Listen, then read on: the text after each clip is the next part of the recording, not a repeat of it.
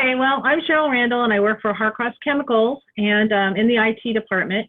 And we've been using Commvault to do backups for a while, but we also implemented a few years ago the content indexing, because being in a chemical company, we do get litigation quite often. And so if we didn't have a way to have this information stored so that we could recall it quickly, it would take us days, if not weeks, sometimes to recall the data. So I'm so glad that we got this installed, and with the help of Patrick, of course. So this is live data. So we did come up with a fictitious, well, not really fictitious, but something benign that you guys could help look at the data with us, and that isn't going to be sensitive. So I'm going to start off by bringing up our Commvault server. This is where our comm cell is at. And I'm going to have to share my screen. So hold on. Yeah. Share screen one. Okay, can you see the comm cell server now? We can, KCCV1. Right, great. Okay, so I wanted to start off by letting you guys know where the data is stored and how we're getting it in there. So you guys are all familiar with the comm cell itself. And we have a mailbox archiver that runs a couple times a day. And I have it set over here, and it has over here, if you can see what I have highlighted, the journal mailbox archive. So twice a day, we take all mail that's incoming and outgoing that touches our server, and we move it off the server into Commvault. Okay, so we're actually looking at a mail file here that is where all of our journal mail goes.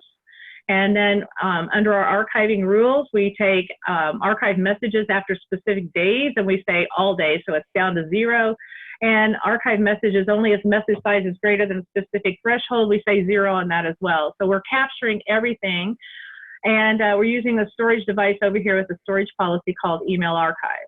Okay, so it literally takes everything out of the journal, puts it into the Commvault. I call it my vault.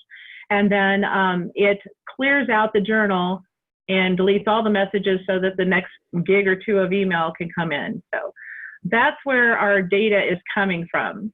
Hey Cheryl, they're already laughing at you because they figured out something, right? Did they see what mail file I was archiving from?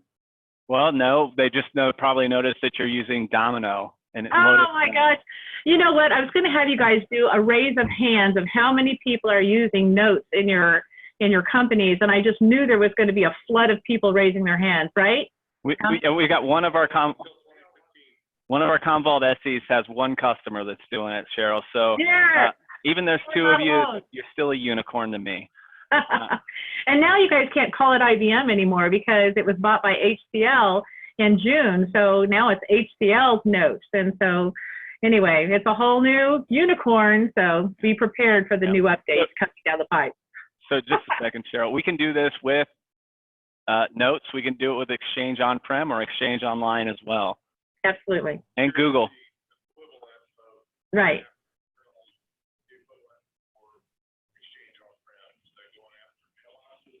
So you can do it you can either ingest your mailbox backups, or you can use the journal mailbox to ingest all that stuff as well.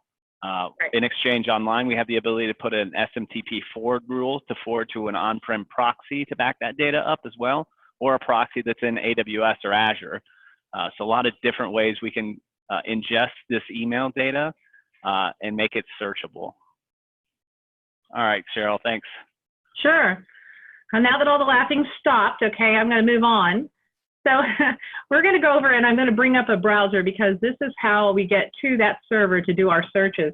And as Patrick said, it's KCCV, and search / and then compliance search is the URL we're using. So this ties into all your Commvault. This ties into your Commvault security rules. So there's a specific security rule within Commvault called compliance admin that has default access to this, but really you want to restrict the access to this because it is sensitive data. It's every email in Cheryl's environment right now. Right. You can do file system as well, but she's just doing email as it stands right now. Right, and currently I'm the only one in the company that has access to this data because it's just too powerful to have very many people have access to this this kind of stuff, you know.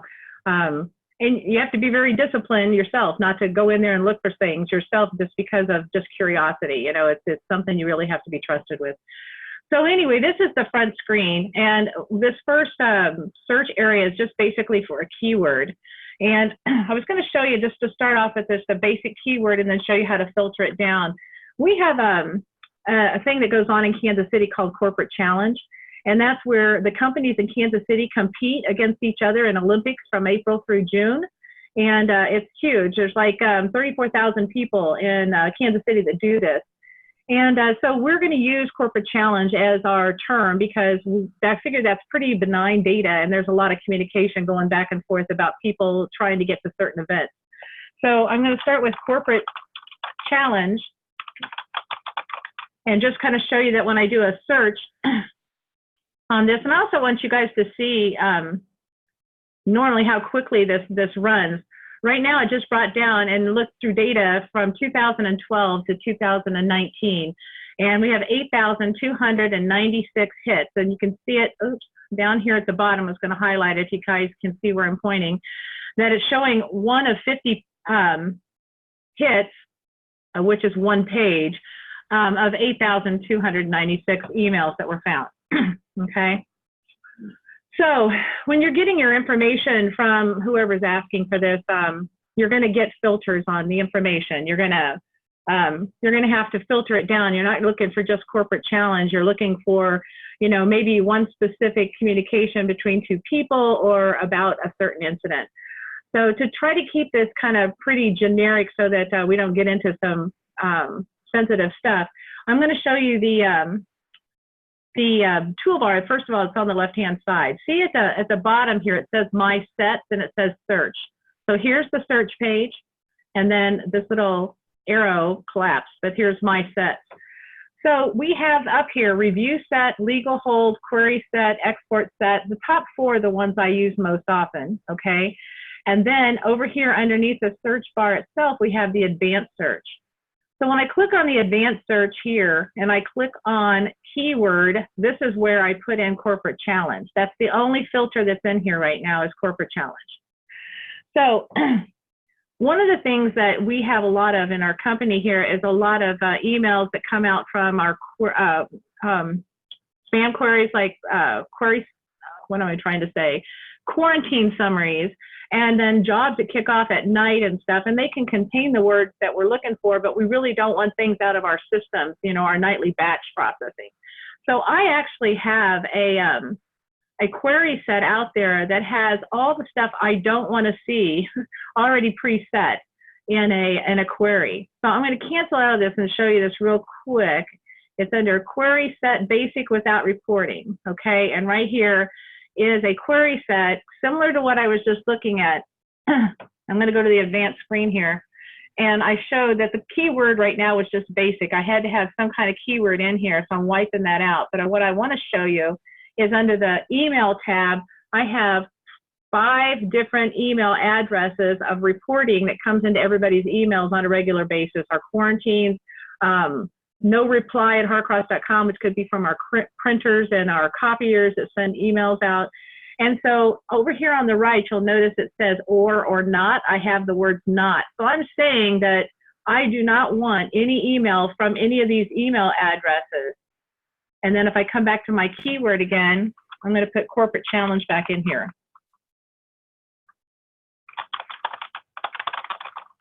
And do a search. So earlier we had 8,296 emails, but down here at the bottom, we've now slimmed it down to 7,901 because we put that filter in there to get rid of all of the extra stuff that I'm not really interested in and seeing all the quarantine summaries and things like that. Okay. Now, another thing that we could do with this is to put a date filter on here. So I'm going to go back to the advanced search again, over here under the email tab. And then over on the right over here is a little green button. It's got a plus sign on it. It allows us to add different filters. It put it into the second line right here. But I want you to see that we have email address, subject, from, to carbon copy, blind carbon copy, attachment name, receive time, and folder. These are the preset fields that we can go search from. I'm going to pick receive time, and then I'm going to come in here, and our corporate challenge kind of basically starts at January 1 and runs through the end of the month of June. So I'm going to pick July 1st. You even have a time parameter in here that you can put in here, but if you leave this blanked out as 0 and 2359, you're getting everything on those days. So I'm going to hit a submit now. And we've now filtered this down to 507 emails. What the cool thing I think about this software is too, and you may have noticed it, is that it says it's got the highlight turned on, that I can see the words corporate challenge in the subject lines. And when I click on the individual emails, I can see what's highlighted inside of the emails itself. It even highlights the attachments, and as long as it's text, like a Word document stuff, you'll have the word corporate challenge highlighted in there as well. So up here on this query, advanced search again, I'm going to go to the keyword. A lot of times here, corporate challenge is referred to as KCCC, which stands for Kansas City Corporate Challenge. So there's a lot of times you're going to have to add other words. So I'm going to put another parameter here and put KCCC, and we're going to see how many we get on that. Should increase our numbers, because now we're not looking just for corporate challenge during that time frame. We're also looking for KCCC, and we've brought it up a little bit to 898. Okay. Yeah. And so, Cheryl, what I think people are starting to understand is that these are Boolean searches, right? So we have our and, ors, and our nots that we can use to really hone in on the data that we're specifically looking for. And we could create a query that really hones in on that data. Absolutely. I'm going to do just one more on the search, and then show you what we're going to do with the data after we get the query down to what we're really looking for. Because maybe somebody said that I'm really looking for something about bowling at the corporate challenge that happened this year. So again, like he said on the Boolean search up here, I'm going to put up here and bowling. And let's do another search to see what comes back with that. And we're down to 53 documents. If you can see down here, 1 of 50, there's 53. Here's the page number over here where I can go to the second page and see all 53 of the documents. Okay. So now that you've got your data, this is where you can decide, what are you going to do with the data now that you have it? Because I'm not the one that really wants to see the data. It's going to be either your attorneys, your human resources department, or whoever's asking for the data. So you have a couple of options up here at the top. You can export the data as it is right now, and you can see all you Outlook people up there. It says PSP. You can go to a CAB, an NSF for us notes people, and even HTML for exporting. But what I normally do, so I don't lose this data, I don't want to just export it because they'll eventually come to me and give me 3 more parameters. I want to put this in a review set so I don't lose the data. So we're right here, it says add to. You can create yourself a review set, and you can take all the data that's selected, just this page or whatever, and you can create a review set that's kind of like already a saved query of that data. And you can pull it back under my sets that I showed you there a little bit earlier. I was thinking about not saving this because it kind of stays forever. Unless Patrick knows how to delete these review sets, they stay forever. Yeah, let's go ahead and not save this review set. Yeah, I wasn't going to. Yeah, one of the other things we can do with a review set is actually share it with another Commvault user. So, Cheryl's done her basic search. She got her 3 criteria that she wanted to know, she wanted to identify. Now it's up to the legal team to decide what's relevant, right?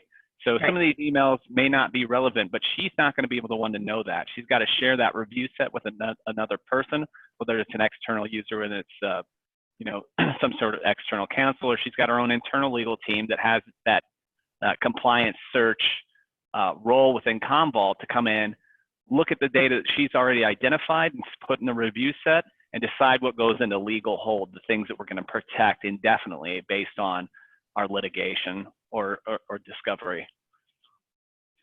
Right, and that's about what my job consists of at this time, is pulling this data and saving it, and we usually give it to our attorneys, and they filter through it at that point and pull out what they need for whatever litigation or HR department. You can have, like he said, somebody who has Commvault, I could give them access to this URL if it's outward facing so that they can get access to this browser. Right now, ours is only internal. Or else export the data like we did, or just leave it in a review set. One of the things I just did here, I don't know if you guys were looking while Patrick was talking, is this one that says coordinators list. I wanted to point out that here's the message itself. When I click on this, this is the email message, and you can see KCC is highlighted. But see over here, this is a Word document that says coordinators.doc. And over here are the coordinators that's coordinating these specific events for this corporate challenge. And notice that bowling is highlighted.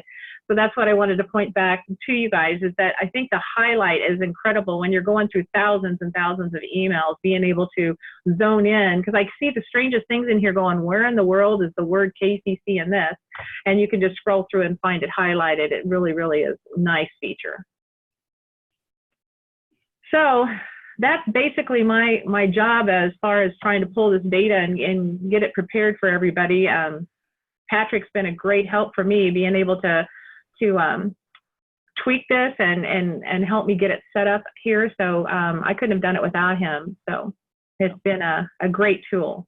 Is there anybody using this? Do we know? Anybody in the room right now using content indexing and search from Commvault? You know, a lot of customers do, yeah. I think a lot of times you'll find that, you know, there's a license associated with this, right? And I'm not going to discuss that because, again, I'm not a sales guy. Those guys sit in the back. But the cost of the license associated with it, generally speaking, you're going to save that money with one legal action. Instead of giving external counsel 8,000 emails, we can give them 53 emails. Yes. We got asked the other day to pull some data from 2009, and we don't have an e-discovery in place yet. And so if you think about what it takes to go pull data from 2009, first of all, we don't have those servers anymore. The software we used for those, we don't have anymore. The tape drive that we used for those tapes that we happen to have, we don't have the tape drive anymore. So if they really were to ask us to recall that, the cost on that is going to be phenomenal. And the time to take to get that done is just unbelievable. So moving forward, you know, when Cheryl and I implemented this for Harcrows, we really needed a hardware solution to make sure that this indexing happened. At this point, we can all do this virtually, and when Cheryl fills up the index associated with the email, there's a certain threshold that you can that you have a single node that it can index a certain amount of data. But once she meets that threshold, we can virtualize that, turn it into a search-only node. And if that hardware is still viable, we can redeploy a new search node to it, or we can virtualize it at that point. If Cheryl doesn't want to, you know, if that server's gone end of life, we can think about virtualizing that now too. Right. Oh, there was another feature in here that I can't remember if I talked about. Up here on this add to, see where it says legal hold? If you guys have an e-discovery in place where data gets deleted after a certain amount of time and you put a legal hold on things, I could take these 53 emails here and put a legal hold on them, which means they will never be deleted. So they are in a legal hold until we take them out of legal hold, basically. So that's what the attorneys want to know when they come in and they want something. They're saying we're going to put a legal hold on all communication about XYZ, and to be able to take this review set and say, you know, I think every one of these documents are viable to what they're looking for. I can then put a legal hold on all of them, and I don't have to worry about Commvault if I have something in place deleting documents after a certain time frame. So that's a really powerful feature there. Oh yeah, yeah. Another cool thing over here on the left-hand panel, you can see kind of some suggested custodians over here. We see the bulk of these emails are coming from this person, that person, the other person, and then we could give feedback potentially to our legal team and say, hey, are these potential custodians for this action, right? Do we need to look deeper into this, whether there's files, this or that, the other thing? Now, as an IT professional, I would, you know, try to extricate yourself from this as much as possible. Cheryl's done way more than I would ever recommend an IT person have to do, because this is a legal function as far as I'm concerned. While Cheryl does do this on a day-to-day basis, I recommend you hand this off to the legal team. Right. Especially if you had one internal, but ours are external. So that means they'd have to access our servers and give them access, but we haven't done that yet. Yeah, we got a question, Cheryl.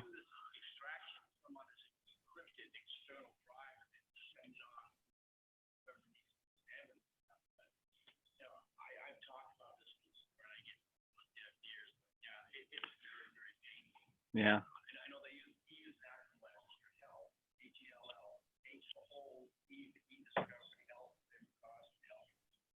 Right. Yeah. Yeah. Yeah. Yeah. Cheryl, Ken from Nelnet's talking about, you know, how do we justify the expense associated with this? And again, the time and money you save based on one legal action is going to do that for you. Absolutely. And really, I think you guys can all see that this is a tool that's useful, right? You guys aren't the consumer of this tool, right? Your HR or your legal department are the people that are more interested in the use of this tool. And if you wanted us to talk about that to one of them, feel free to reach out to us and we can do that. It's part of what we do at Eagle is we take business outcomes and we equate them to the solution. Todd's got a question.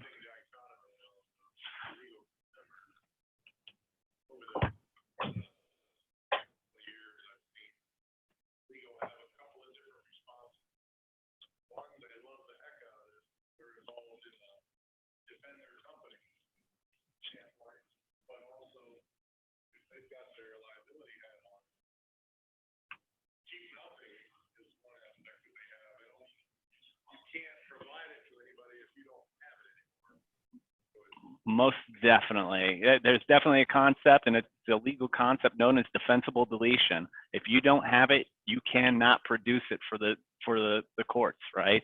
Absolutely. Cheryl, I've talked to Cheryl about this ad nauseum, right, Cheryl? They have an infinite retention on their data.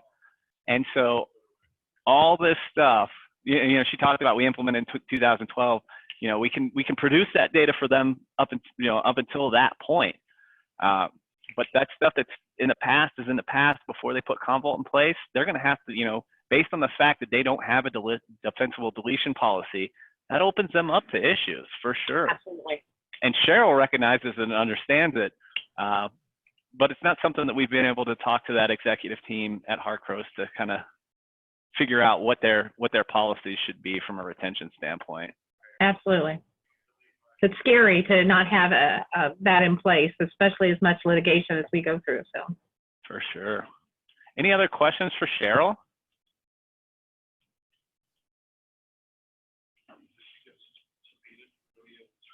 Yeah. Hey, Cheryl, do you ever have to? Are you ever subpoenaed personally for the searches that you do? Have you ever had to appear in court as part of this?